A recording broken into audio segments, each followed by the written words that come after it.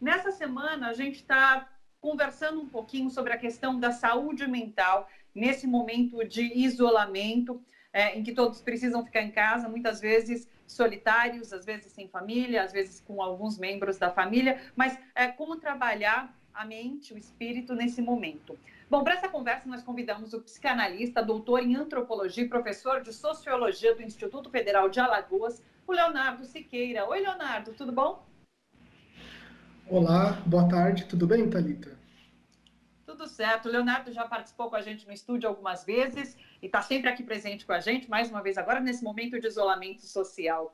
Leonardo, essa questão da solidão não é uma coisa específica desse momento da pandemia de coronavírus. Muita gente já falava que se sentia solitária por conta dessa sociedade em que a gente vive, de fato. Mas agora parece que isso está um pouco pior. Como decifrar isso? O que é a solidão nesse momento? Boa tarde a todas e a todos, né? Prazer voltar aqui. Estou aqui no sertão alagoano, Santana do Ipanema, daqui para o Brasil. Saudades de São Paulo, e uma das saudades de São Paulo era participar do Bom para Todos, né? Então, o que mudou, né? Vamos tentar perguntar por aí, porque talvez a solidão nos ajude a pensar. O que também marca como interessante é que a gente já consegue fazer uma temporalidade do antes e depois do isolamento, né? Então, o isolamento ele já produziu algumas coisas em nós, isso não tem a ver com dias, horas, semanas, mas sim com algo que tem a ver com as nossas crises, e isso já produziu antes e depois. Como você bem disse, né, algo mudou, mas quando a gente usa esse repertório da epidemia, pandemia, eu me lembro bem no fim de 2019, a gente estava problematizando bem o crescente suicídio nos últimos 40 anos que tem os países ocidentais, a questão da epidemia e pandemia de depressão e ansiedade. O Brasil é considerado o país mais ansioso do mundo, porque ele toma um remédio muito específico, de uma quantidade muito grande, chamada Rivotril, e a solidão ela já era problematizada naquela época, né? Quando a gente pensa nessa marcação do tempo antes e depois, a gente está fazendo algo muito comum que sempre fazemos. A gente esconde os conflitos do passado idealizando, né? A gente acha que quando eu estava no colégio, sim, eu era feliz antes da pandemia, mas aí, quando você vai fazer uma descrição de antes da pandemia do colégio, você era também cravado de conflitos, né? Então, antes a gente era um solitário na multidão, né? A gente tinha essa ideia do hiperprodutivismo, desse sujeito onde a eficiência tem que ser levada a cabo em todos os âmbitos da sua vida, essa relação com a temporalidade, eu tenho que fazer o maior número de atividades possíveis, eu tenho que ter o maior número de produtos possíveis, eu tenho que consumir, e esse hiperindividualismo não produz laço social. Então a gente, apesar de estar inserido nas multidões, a gente se sentia solitário a partir dos nossos atributos, mas esses atributos era pensado como posse. Né? Porque eu poderia perguntar assim, alguém poderia perguntar para mim, Leonardo, qual que é o seu atributo? Aí eu poderia falar, eu sou, ou meus cargos, né? Eu fiz tal curso, eu tenho tal objeto, tenho carro, tenho casa, tenho etc. Ou poderia lembrar qual que é o seu atributo. Olha, eu odeio, isso é um atributo meu, né? Que tem muito mais a ver com as minhas crises, com meus dilemas, a forma que eu amo e que eu odeio, do que os atributos pensados em posse, né? Então, antes da pandemia, vamos marcar essa temporalidade, a gente pensava esse sujeito hiperprodutivista, pensando um monte de atributos que ele tinha que colecionar, e claro, a angústia estava lá, mas com uma outra linguagem. Né? Então, eu trabalhava muito e não conseguia dormir, então eu tomo um calmante para dormir, eu tenho dor nas costas, eu vou tratar minha dor nas costas, eu saio de uma doença e entro na outra, eu vou tentar tratar essas doenças, mas não penso necessariamente no meu estilo de vida. Né? A angústia ela está posta, mas ela está posta na linguagem do sintoma. Agora, quando a gente pensa no isolamento, onde então a temporalidade muda, não é mais o tempo do trabalho, onde eu colocava toda a minha vida, mas é o tempo agora das minhas crises, eu não tenho mais escapatória. Eu tenho que lidar com a angústia. E lidar com a angústia já com uma outra linguagem, mas não do sintoma, né? E aí talvez seja importante a gente definir um pouco o que é angústia, né? O que mudou e o que a gente está tendo que enfrentar agora, né? Então, quando a gente pensa, por exemplo, no texto do Freud, ele tenta diferenciar o pânico, o medo, o pânico, a ansiedade, o medo da angústia. Então, o pânico e o medo, eles têm objeto. Por exemplo, eu tenho medo de cachorro. Então, quando eu encontro um cachorro, eu naturalmente, entre aspas, né, instintivamente, eu sinto medo. Quando eu sei que eu vou numa casa com cachorro, ou seja, eu tenho um objeto, eu já fico ansioso, porque a ansiedade é o medo de ter medo. Né? Isso diz muito sobre a síndrome do pânico. Né? É uma reação anterior da situação em que vai me dar o medo, é o medo do medo. Então eu ainda tenho um objeto. Mas quando a gente pensa na angústia, a gente não tem um objeto. Por que a gente não tem um objeto? Porque a angústia nada mais é do que a experiência de indeterminação. Como assim, né? Então, nós no isolamento, a gente tem que lidar a todo momento com uma pergunta que já estava posta antes do isolamento, mas a gente escondia, com que raios eu estou fazendo com a minha vida? Com que raio eu estou ocupando o meu tempo? E o que eu quero ser daqui no futuro? Agora, essa pergunta, principalmente quando a gente está numa situação de saúde no sentido de uma pandemia, onde a questão da finitude é posta, nenhum de nós escapa da pergunta o que eu tenho feito com a minha vida e o que eu quero para mim. Então, a primeira questão, né, então, a patologia mais grave seria agora se a gente estivesse no regime de normalidade. Falar, não, para mim está tudo tranquilo, não está acontecendo nada. Quer dizer, isso seria o mais preocupante. A angústia agora é o normal. O normal que a gente tenha que enfrentar esses dilemas. Mas essa angústia pode levar a um quadro mais agudo, pode levar a uma depressão, porque é um momento que você para fazer grandes questionamentos em relação aos rumos da sua vida.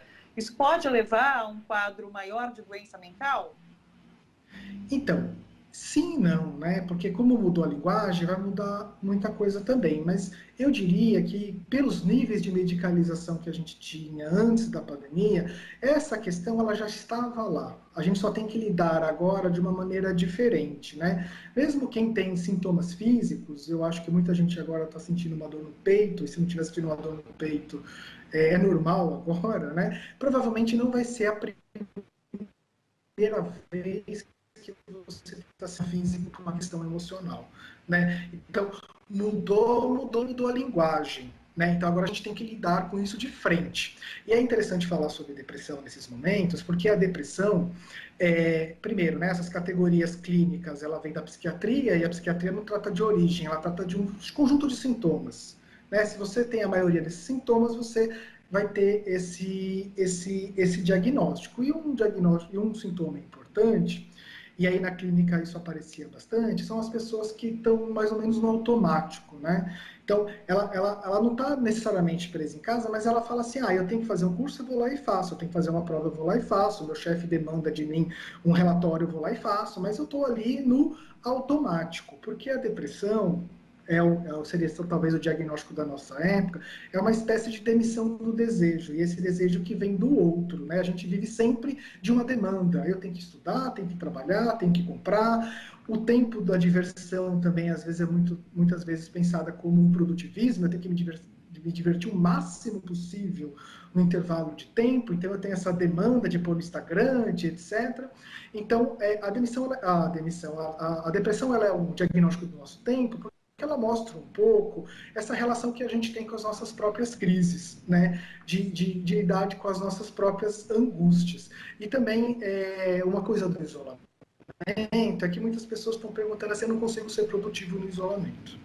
O que está envolvido aí? Né? O que está envolvido? É que a gente está vivendo um outro tipo de temporalidade. Aquela temporalidade que você fazia um monte de coisa, saía de casa e não pensava em você mesmo, você fazia, digamos assim, por causa de um doping. Né? Então você não tinha problema de insônia, você tomava um remédio, você tinha algumas questões, você saía na balada e usava determinados tipos de substâncias, ou seja, você tentava apagar o conflito que vivia com você, então era um tempo irreal. Agora, além de trabalhar, você vai ter que lidar com as suas crises, porque você está em confinamento.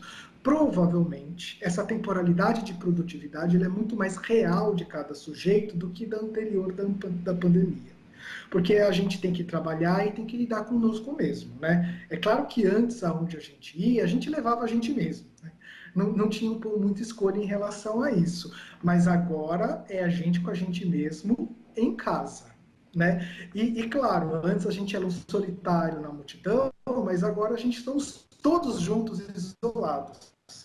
é interessante a gente também pensar como alguns conflitos familiares estão surgindo, porque a gente está num ambiente privado, e olha como a gente não consegue produzir laço social, né? A gente está num ambiente privado, mas não consegue produzir intimidade. Às vezes, a presença do outro se torna insuportável, e apesar da gente ter a mesma base comum de experiência. Qual que é a mesma base comum de experiência minha, sua, do pessoal de São Paulo, quem está na França? A de viver em isolamento e confinado dentro de casa. Nem assim a gente está conseguindo, de alguma maneira, compartilhar sentimentos e sensações e falar algo sobre nós e sobre nossas crises, né? Então está na hora da gente não escamotear mais as nossas crises e enfrentá-la, né? Então, uma das coisas que eu tenho acompanhado na rede social, já estou quase concluindo, né? A questão do ócio criativo, mas que vira um ócio produtivo, né? Então, esse papo que, ó, gente, não se engane que poucas pessoas conseguem fazer isso. Ah, eu estou confinado, então eu vou estudar francês, espanhol e javanês, vou fazer um curso de MBA online, vou fazer outro curso online, as plataformas estão todas se abrindo, eu vou fazer milhares de cursos, então eu vou assistir o Netflix, já que eu estou pensando em fazer um MBA em finanças nos Estados Unidos, eu vou tirar a legenda para estudar inglês e só vou assistir série que fale de finanças, né? Isso é se enganar, mais uma vez, né? Porque os nossos desejos, eles acabam caminhando por outros lugares, né? O ócio criativo seria aquilo que você agora se permitir, já que você gosta de cozinhar, mas você é advogado, você fazer algum tipo de comida e quando você está fazendo aquele tipo de comida que lhe dá prazer, porque diz algo sobre você, então é importante você se interrogar, o que essa comida diz dos meus ódios e amores, né? Você tem algum tipo de insight, né, para fazer um outro tipo de comida, de repente. Então, isso se seria o ócio criativo. Interessante que a sociedade do produtivismo e da técnica produz o ócio produtivo se enganando que é criativo. A gente ainda tem um tempo, Leonardo. Eu queria que você falasse, você dividiu esses tempos, né, no antes e no agora. Eu queria falar sobre o depois. Porque e aquela pessoa que, de repente, já tem uma tendência a se isolar? Já é uma pessoa que curte ficar mais em casa, que, apesar de estar na multidão, de fato, se sentia bem estando no seu cantinho. E daí agora ela ficou esse tempo isolado e quando tudo isso acabar, que a gente não sabe quando que vai ser, mas quando acabar, ela vai ter que voltar para essa rotina normal. Então, até usando essa analogia do passarinho que fica o tempo todo na gaiola e de repente quando você abre, ele não sabe o que fazer, porque nunca teve aquela, ou ficou muito tempo trancado, não sabe o que fazer depois desse momento. Como lidar com essa nova situação? Então, primeiro, eu acho que uma das coisas mais angustiantes é que a gente vê que a crise não vai ter uma saída a curto prazo, né? Então, a gente tem que lidar com isso. Mas, assim, essa pessoa que fica bem consigo mesmo, né? Deveria ser todos nós, né? Pensado nesse cantinho e que, pensando no futuro e pensando nesses contatos e pensando naquela relação daquele sujeito hiperprodutivismo, que a gente pare um pouco de fazer atividades meramente protocolares, né? Quando eu falei que a depressão é um diagnóstico importante no nosso tempo, porque muitos dos sintomas têm a ver com o automatismo, né? Então, tá na hora da gente começar a se preocupar com as pessoas que realmente nos interessam e entrar em contato com elas, porque a gente faz muita coisa de maneira protocolar, a gente come, claro, é importante a gente manter uma rotina de comida, de exercício, como bem mostrou a propaganda de vocês, é importante, mas que isso não se transforme num protocolo, né? Que a gente vá atrás, e eu acho que isso de uma certa maneira, ela já está acontecendo, né? Eu nunca fiz tantas conferências com pessoas que eu gosto como tempos do confinamento, e eu saí de São Paulo, né, para quem não sabe, e vim trabalhar em Alagoas, e no começo desse tempo em Alagoas eu não via as pessoas, né? A gente parar de se pensar, a gente às vezes tem uma intimidade maior com uma pessoa que está muito mais distante que com o nosso vizinho, resgatar esses contatos, mesmo que sejam à distância, né? Está na hora da gente pensar no momento de isolamento a partir das angústias, quem são as pessoas importantes para mim, por que elas são importantes, e também pensar por que algumas pessoas não são importantes e eu não quero estabelecer mais contato com elas, e que a gente tenha mais laços sociais, né? E laço social envolve também desprezo, frustrações, amores, né? Dores, e que a gente consiga, então, elaborar a partir disso. Claro que eu estou sendo, eu diria de uma maneira um pouco utópico, né? É claro que é muito difícil que essa situação aconteça, mas eu desejo, esse é o meu desejo para todos nós, pós-pandemia, que a gente estabeleça as relações sociais muito mais produtivas e que a gente seja muito mais íntimos uns dos outros e que a gente pare de, enfim, ter relações amorosas e afetivas protocolares, que a gente apenas cumprimente colegas do trabalho e que a gente comece a se importar mais consigo mesmo e que pensar quem é mais importante para nós. Leonardo, temos ainda mais alguns minutinhos. Eu vou aproveitar para fazer a última questão, que a gente tinha até pensado em deixar para uma próxima participação, mas temos tempo. Em relação a ritos funerários, a gente sabe que nesse momento, se caso perdermos alguém, a gente não vai conseguir passar por todos os ritos por conta da pandemia. Então, não está tendo velório, não está acontecendo velório, muitas vezes o próprio enterro está sendo com o mínimo de pessoas possíveis. E como isso acaba interferindo no processo de luto das pessoas? Então, a primeira coisa que a gente tem que pensar quando a gente está falando desse tipo de perda, né, a primeira é a sobreposição de perdas que a gente está vivendo agora, que transforma a questão muito mais complexa, né?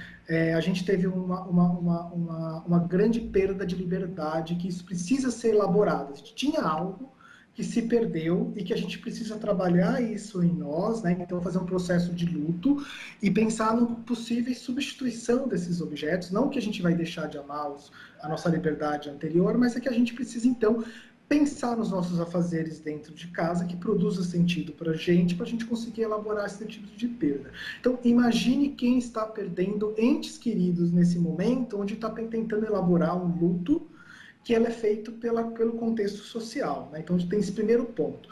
O segundo, que o luto, ele, assim como quase todos os nossos sentimentos, ele necessita ser compartilhado, né? Quando eu falei, a gente está vivendo uma experiência de determinação, e essa experiência de determinação é compartilhada, a gente não consegue nem fazer laço com o outro para a gente conseguir elaborar esse luto, serve também para o luto quando a gente perde entes queridos. Então, é um problema para a nossa elaboração psíquica quando a gente não consegue, e a gente só consegue transformar sentimentos em palavras a partir quando a gente tem uma interlocução.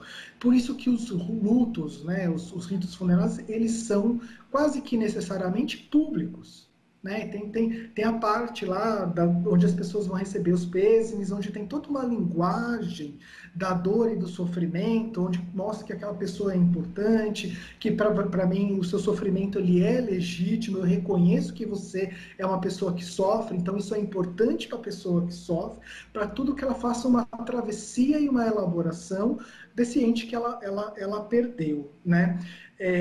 De qualquer forma, a gente, mesmo antes da pandemia, a gente estava perdendo esse caráter público do reconhecimento da dor do luto, né? Então, até os anos 60, 70, talvez um pouco antes, os lutos eram grandes festas, né? Onde as pessoas se encontravam, onde os parentes se encontravam, bebiam morto, né? Numa linguagem aqui mais do Nordeste, onde era reconhecida a importância da pessoa que faleceu, que se foi, e reconhecida a importância do sofrimento daquela pessoa que estava passando por esse tipo de dor. Né? Então, antes a gente já estava tendo prejuízo do reconhecimento público da perda, né, do sofrimento psíquico, e agora a gente tem uma